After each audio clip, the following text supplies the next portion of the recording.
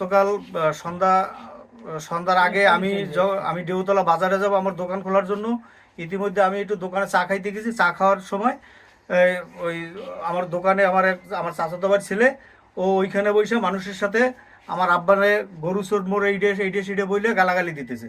তখন আমি এইটা শুনে যখন এটা প্রতিবাদ করতে গেছি, তখন ওখানে এক পর্যায়ে ওখানে হাতাহাতি হয়। হাতাহাতি হওয়ার পরে আমি ওখান থেকে আইসা আমি দেউতলে চলে যাই। ও আইসা ওই যে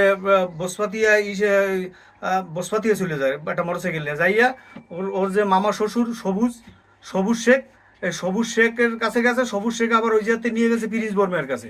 পিরিজ বর্মা প্রায় 50-60 জন লোক পাঠাই দিয়েছে আমার বাড়িতে। লোক পাঠাই দিয়ে আমার বাড়িতে বিশাল এক হামলা।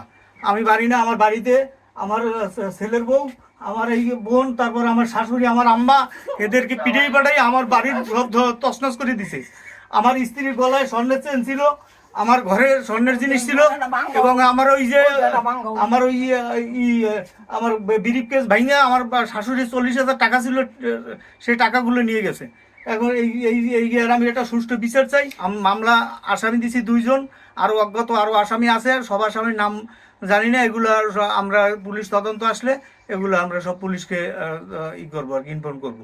ভাই বিএমপি করে এই দক্ষিণ বাস্কেটের ভিতরে এর সামনে কেউ বিএমপি কেন করে? এই জন্য মার খেয়েছে 3 বার। আমার ছেলেটা হেফজ ছাত্র। নাতি আর আমি পিছনে মারামারি হওয়ার পর আমার নাতির ইচ্ছে মতো মারতাছে। পরে আমি এরকম করে সামনে খাড়া হয়েছে, আমার হাতের মধ্যে বাড়ি লাগছে। পরে ছাদে উঠছে, ছাদে উঠে বিরিক্তি সব ভাঙ্গে চুরে সব মালামাল নুট করে নিয়ে এখান থেকে চলে গেছে। তোর দরজা ভাঙছে, গায়ে জ্বালানাগুলো ইচ্ছে মতো বাইরে সেরে ভাঙছে। হ্যাঁ 20-50 জন আইছে মানুষ, সব লাঠি ঠেঙ্কা নিয়ে সেরারে আমি এরকম করে ঠেকাইছি।